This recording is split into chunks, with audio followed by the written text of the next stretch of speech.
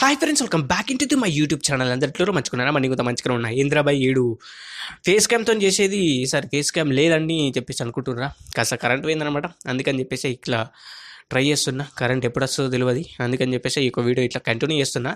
ఏంటంటే మీరు ఇప్పటికే న్యూస్లలో అక్కడిక్కడ వైరల్ అవుతున్నటువంటి విషయం అని చెప్పేసి చెప్పుకోవచ్చు. అదే మనకి సోనం, అదేవిధంగా చూసుకున్నట్లయితే రాజ్ రఘువంశీకి సంబంధించినటువంటి ఇష్యూ. ఇది ఇష్యూ కంటే ప్రీ ప్లాన్ మర్డర్ అంటే ఒక కొలిక్కి వస్తుందని చెప్పేసి నా ఒపీనియన్. ఎందుకురా ఇట్లా అంటున్నాం అంటే మాత్రం ఈ మధ్యలో చూసుకున్నట్లయితే చాలా రకాలైనటువంటి, ఇప్పుడు మ్యారేజ్ చేసుకోవాలంటేనే చాలా దడిసిపోతుంది ప్రతి ఒక్కరికి కూత. ఇప్పుడు 30 ఏళ్ళు అయితేనే మ్యారేజ్ చేసుకుంటామని చెప్పేసి కొంతమంది అనుకుంటారు, కానీ అది కూత లేకుండా 40 సంవత్సరాలు వచ్చినా కూత మ్యారేజ్ చేసుకునే వాళ్ళు కూత ఉన్నారు. అలాగే ఈ మ్యారేజ్ అంటేనే గడిచిపోతుంది. ఎందుకంటే మాత్రం ఎక్కడ ఏం జరుగుతుందో ఎవరికి తెలుస్తలేదు అసలు. ఎస్పెషల్లీ ఈ యొక్క అరేంజ్ మ్యారేజెస్ చేసుకోవాలంటేనే దడబడుతుంది. ఎందుకో మనందరికీ కూడా తెలిసిందే ముచ్చటైతే. అదే తెలుసు కదా, మరి అమ్మాయిలు కావచ్చు, లేకపోతే అబ్బాయిలు కావచ్చు, ఎవరైనా వాట్ ఎవర్ ఇట్ ఇట్స్. ఈ మధ్యలో చూసుకున్నట్లయితే అమ్మాయిలు అయితే ఇంకా మరి రెచ్చిపోతున్నారు. అరేంజ్ మ్యారేజ్ చేసుకున్నప్పటికీ కూడా వాళ్ళ బాయ్ ఫ్రెండ్తోని వాళ్ళ భర్తలను చంపించేసి ఆ రకరకాలైనటువంటి ధోరణిలోకి అయితే వెళ్ళిపోతున్నటువంటి ముచ్చట. అదే కోవకైతే ఈ యొక్క ఇష్యూ కూడా, ఈ యొక్క ఇన్సిడెంట్ కూడా వస్తుందని చెప్పేసి చెప్పుకోవచ్చు అనమాట. మరి ఏమైంది, ఏం కథ అని చెప్పేసి అంటే మాత్రం ఈ యొక్క సోనంకి, అదేవిధంగా చూసుకున్నట్లయితే రాజు రఘువంశీకి మే 10th రోజునైతే పెళ్ళయిందనమాట. రీసెంట్గానే మే 10th రోజున పెళ్ళయింది. హనీమూన్కి అని చెప్పేసి ఆడికి ఏడికి అని చెప్పేసి ఎక్కడికొక టూర్కనే వెళ్తారు కదా, అది రెగ్యులర్గా మనం చూసుకున్నట్లయితే రెగ్యులర్ బేసిస్గా ఎక్కడొకటి జరిగేటటువంటి ముచ్చట. మరి జరగాలి కాబట్టి, ఆ కార్యం జరగాలి కాబట్టి ఒక్కొక్క చోటుకి అయితే వెళ్ళిపోయారు అనమాట. అది ఇక్కడికి మన ఇండోస్కి అయితే వెళ్ళిపోయారు, మేఘాలయ. అక్కడికి వెళ్ళిపోయిన తర్వాత 2 రోజులు మంచిగానే ఉన్నారు బై. 2 రోజులు అంటే మనకి లైక్ 28th అనుకుంటా, నాకు తెలిసి 28th లేదా 22nd 23rd ఈ డేట్లో కనుక మంచిగానే ఉన్నారు. అడిగి వేయరు, మంచిగా ఆనందంగానే ఉన్నారు. అంతా అయిపోయింది. దాని తర్వాత ఒక చోటుకైతే వెళ్ళారు అనమాట. ఎవరు అంటే లైక్ ఇప్పుడు ఈ యొక్క సోనం, అదేవిధంగా చూసుకున్నట్లయితే వాళ్ళ భర్త రఘువంశీ, వీళ్ళిద్దరూ కలిసి ఇంకొక ముగ్గురు కలిసి ఈ యొక్క 23rd రోజున, లైక్ మనం చూసుకున్నట్లయితే జూన్ 23rd రోజున ఒక చోటుకైతే వెళ్ళడం అయితే జరిగిందని చెప్పేసి చెప్పుకోవచ్చు. ఆ తర్వాత వెళ్ళిన వాళ్ళు వెళ్ళినట్టే అటే వెళ్ళిపోయారు అనమాట. మళ్ళీ తిరిగి రాలే. ఏం కథ, ఏం జరిగిందని చెప్పేసి ఎవరికి తెలియదు. ఇట్లా చూసుకున్నటువంటి ముచ్చట్ల తరుణం చూసుకున్నట్లయితే అక్కడ ఉన్నటువంటి పేరెంట్స్కి అయితే అగులు బుగులు అవుతుంది కదా. మరి అగులు బుగులు అయినప్పుడు ఎట్లా చేసినా సరే పేరెంట్స్ అనేవాళ్ళు కనుక్కొని చేయాలని చెప్పేసి చేసుకున్నటువంటి తరుణంలో పోలీసులు మిస్సింగ్ కంప్లైంట్ అయితే పేరెంట్స్ ఇవ్వడం అయితే జరిగింది. అక్కడ పోలీసులు తనిఖీలు చేయడం, అలా చేయడం, ఇలా చేయడం, ఇట్లా అట్లా అని చెప్పేసి అనుకున్న టైంలో ఎక్కడనో మనం చూసుకున్నట్లయితే ఒక ట్రాజరీలో, అంటే లైక్ మనం చూసుకున్నట్లయితే ఒక గుహ లాంటి ప్రదేశంలో ఈ యొక్క రాజు రఘువంశీకి సంబంధించినటువంటి డెడ్ బాడీ అయితే దొరకడం అయితే జరిగింది. దొరికిన తర్వాత ఇంకా మరి కథ వేరే ఉంది. కథగా మరి ఆ దొరికిన తర్వాత ఏం జరిగింది, ఏం కథ అని చెప్పేసి అంటే మాత్రం హత్య జరిగినట్టయితే కనిపించింది. క్లియర్ కట్గా అక్కడ హత్య జరిగినట్లయితే కనిపించింది అనమాట. వీళ్ళు ఒక స్కూటీని రెంట్కి తీసుకొని అయితే వెళ్ళిపోయారు. మరి ఆ స్కూటీని రెంట్కి తీసుకొని వెళ్ళిపోయిన తర్వాత అక్కడే ఆ స్కూటీ ఉంది. ఆ తర్వాత ఏం జరిగిందంటే మాత్రం ఈ అమ్మాయి మిస్సింగ్. ఇది ఈ యొక్క సోనం అనేటువంటి అమ్మాయి, ఇలా ఈయన వైఫ్ ఎవరైతే ఉన్నారో ఆమె మిస్ అయిన తర్వాత ఏమైంది కథ, ఆమెను వెతకడం మొదలుపెట్టారు. ఎక్కడికక్కడే మనం చూసుకున్నట్లయితే ఇండస్ అక్కడ ఉన్నటువంటి పోలీసులు, ఇక్కడ మధ్యప్రదేశ్లో ఉన్న పోలీసులు గాలియడం, మాట్లాడడం జరగడం జరిగింది. ఆయన కూడా దొరకలేదు. ఇక మరి యొక్క గాలింపులో జరుగుతున్నటువంటి క్రమంలో ఆ అమ్మాయి ముందడికి వచ్చి ఇట్లా వాళ్ళ పేరెంట్స్కి ఫోన్ చేసి నేను పలానా చోటు కాడు ఉన్నా అని చెప్పేసి అంటే మాత్రం అక్కడికి సోనం మధ్యప్రదేశ్ పోలీసులకు అక్కడికి పోయి ఆమెను పట్టుకోవడం అయితే జరిగింది. పట్టుకున్న తర్వాత వాళ్ళు ఒక రిలీజ్ చేయడం అయితే జరిగింది. ఎవరు మనకి లైక్ మధ్యప్రదేశ్ పోలీసులు. అప్పుడు ఏం చెప్పారంటే మాత్రం ఆ అమ్మాయి ఒప్పుకోవడం అయితే జరిగింది. సో మీకు ఇట్లా చేసాము, ఇది ఇట్లా అయిందని చెప్పేసి ఒప్పుకోవడం అయితే జరిగిందని చెప్పేసి చెప్పుకోవచ్చు. మరి ఏం చెప్పింది, ఏం కదా అంటే మాత్రం సింపుల్గా ఆ అమ్మాయి ముగ్గురు అది కిల్లర్స్ని హైర్ చేసుకొని అతని భర్తని దగ్గరుండి మరి చంపించేసింది అనమాట. ఇంకా మరి ఇటువంటి పంచాయతీ ఎక్కడో వినట్లేదు. డ్రంబు కేసు మనందరికీ కూడా తెలిసిందే కదా, ఆ డ్రంబు కేసు వల్లే ఉంది. కానీ ఇక్కడ కొద్దిగా డిఫరెంట్గా ఉందన్నమాట. చూసుకున్నట్లయితే ఇంకొక పర్సన్, ఈమెకు సంబంధించినటువంటి బాయ్ ఫ్రెండ్ ఎవరైతే ఉన్నారో ఈమె బాయ్ ఫ్రెండ్ కూడా యాడ్ అవుతారనమాట ఇక్కడ. ఈ బాయ్ ఫ్రెండ్ అదేవిధంగా ఇంకొక ముగ్గురు కలిసి ఒక ప్లానింగ్ అనేది వేసేసి చంపేయడం అయితే జరిగిందని చెప్పేసి చెప్పుకోవచ్చు. తన కళ్ళ ముందే తన భర్త ప్రాణాలను తీస్తూ ఉంటే చూసుకుంటా కూర్చున్నాడనమాట ఈ పెద్ద మనిషి. ఈమెను ఏమనాలో ఎట్లా తిట్టాలో నాకైతే అర్థమైతే లేదు. ఈమె బాయ్ ఫ్రెండ్ పేరు వచ్చేసి మనకి రాజ్ కుచ్ హక్కు అనేటువంటి పేరు ఉంది. అది నాకు పలకత్తలేదు. అది మీరు అడ్జస్ట్ చేసుకుంటారు అనుకుంటున్నా. లైక్ ఎవరైనా మంచిగా పలికేటోళ్ళు ఉంటే వాళ్ళ దగ్గరికి ఒకసారి అయితే చేసుకోండి.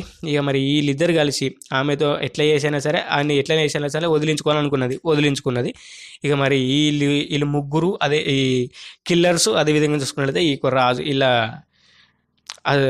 బాయ్ ఫ్రెండ్ ఎవడైతే ఉన్నాడో ఈమె బాయ్ ఫ్రెండ్ వాళ్ళందరినీ కూడా తీసుకుపోయి జైలు వేసారు. అక్కడ కథం క్లోజ్ అయిపోయింది, కథం ముచ్చట. ఈ అమ్మాయిని కూడా కేసు వేసారు, ఆడ కూర్చోబెట్టారు. ఇక మరి ఎటు పోతుందో ఏం కథ అయితే నాకు తెలియదు. అక్కడ ఉన్నటువంటి ప్రభుత్వం కావచ్చు ఇంకోటి కావచ్చు ఏం లేదు చేసేది.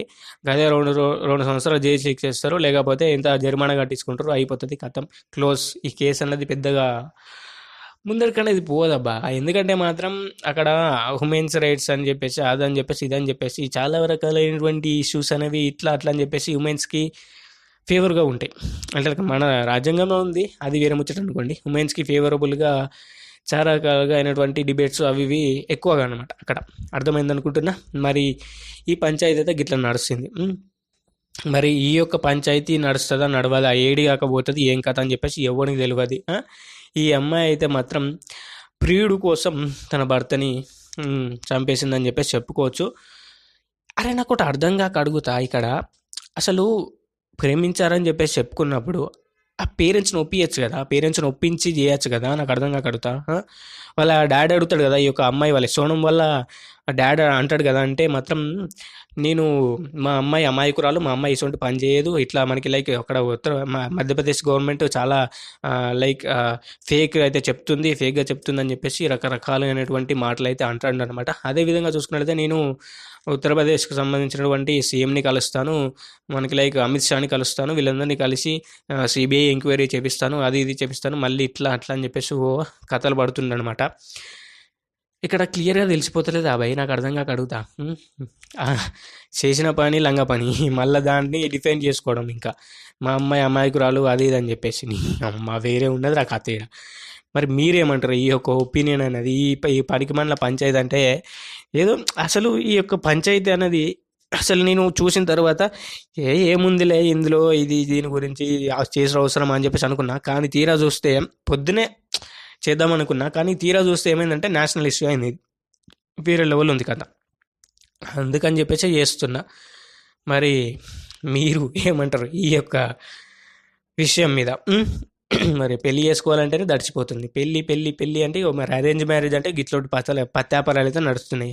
ఎప్పుడు ఏం చేస్తుందో ఎవరికి తెలియదు. అరేంజ్ మ్యారేజ్ అంటే మరి లవ్ మ్యారేజ్ చేసుకున్నాడు కథ ఎట్లున్నదంటే ఆడి పరిస్థితి కూడా మంచిగా లేదు. మరి పెళ్ళి అంటేనే పోసుకునేటువంటి కాలం అయితే వచ్చిందనమాట. ఎస్పెషల్లీ అరేంజ్ మ్యారేజ్ అంటే ఇక మరి నెక్స్ట్ లెవెల్కి అయితే వెళ్ళిపోతున్నాయి. అప్పుడు నడిచినా ఇప్పుడు నడుస్తలేవు అంటే మాత్రం ఈ కథ ఉన్నది. మరి సింగిల్గా ఉన్న వాళ్ళ పరిస్థితి చూస్తేనే నాకు ఆగమవుతుంది. నా పరిస్థితి ఎట్లా ఏం కథ అని చెప్పేసి నాకే ఆగమవుతుంది.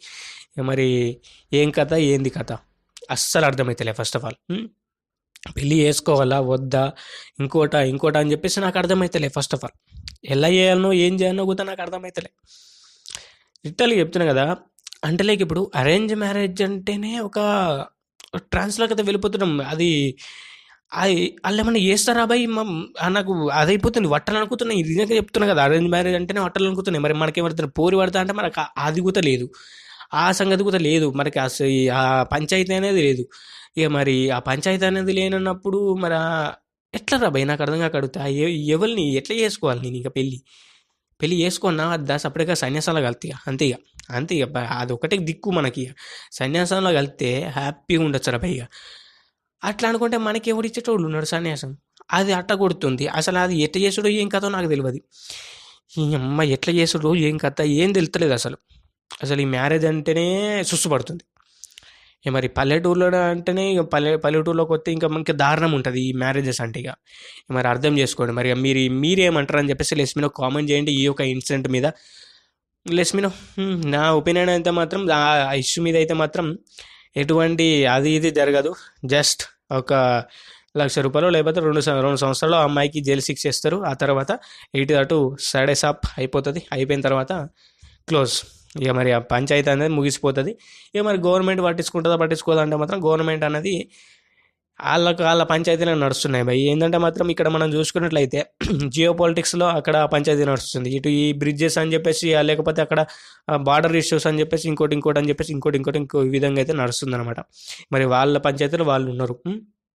మరి ఈ పంచాయతీ పట్టించుకోవాలంటే మాత్రం ఎవరో ఒకరు దిగి రావాలి. మరి ఆ పంచాయతీ ఎట్లా నడుస్తుంది ఏం కథ, ఇటువంటి జరగకుండా ఉండాలంటే ఏం చేయాలో నాకు అర్థమవుతలేదు. ఫస్ట్ ఆఫ్ ఆల్ ఒక్కటి మాత్రం జరిపియాలని చెప్పేసి నాకైతే క్లియర్ కట్గా తెలుస్తుంది భయ్. ఇప్పుడు మన దగ్గర ఉన్నటువంటి రామాయణ మహాభారతాలు ఏవైతే ఉన్నాయో అవి చదివిపిస్తే బెటర్గా ఉంటుందని చెప్పేసి నా ఒపీనియన్. ఎందుకంటే మాత్రం అవి చదివితే అది ఎట్లా ఉండాలి ఏం కథ ఏంది అని చెప్పేసి అన్నటువంటి ముచ్చటైతే తెలుస్తుంది. అందులో క్లియర్ కట్గా ఉంటుంది కదా ఎవరు ఎట్లుంటే ఏం జరుగుతుంది అని చెప్పేసి. మరి అవి చదివియకుండా ఈ పనికి మళ్ళీ పంచాయతీ అంతా పెట్టుకుంటే గిట్నే ఉంటుంది మరి కథ. మరి మన ఇండియన్ ఎడ్యుకేషన్ సిస్టమ్ ఏం అది చేస్తుందో నాకు అర్థమవుతలేదు ఫస్ట్ ఆఫ్ ఆల్. మరి మీ ఒపీనియన్ ఏందని చెప్పేసి లెస్ మీద కింద కామెంట్ అయితే చేసేసేయండి. మరి ఒక రామాయణ మహాభారతాల మీద మీ యొక్క ఒపీనియన్ ఏందని చెప్పేసి లెస్ మీద కింద కామెంట్ అయితే చేసేసేయండి. మరి వీడియోకి అయితే ఇంత వీడియోకి నచ్చితే ఒక లైక్ చేయండి, ఛానల్కి సబ్స్క్రైబ్ చేసుకోండి, పక్కన వచ్చిన బెల్ ఐకాన్ ఆల్ మీద టచ్ చేసుకోండి. Thank you for watching. జై హింద్. See you in the next video. Bye.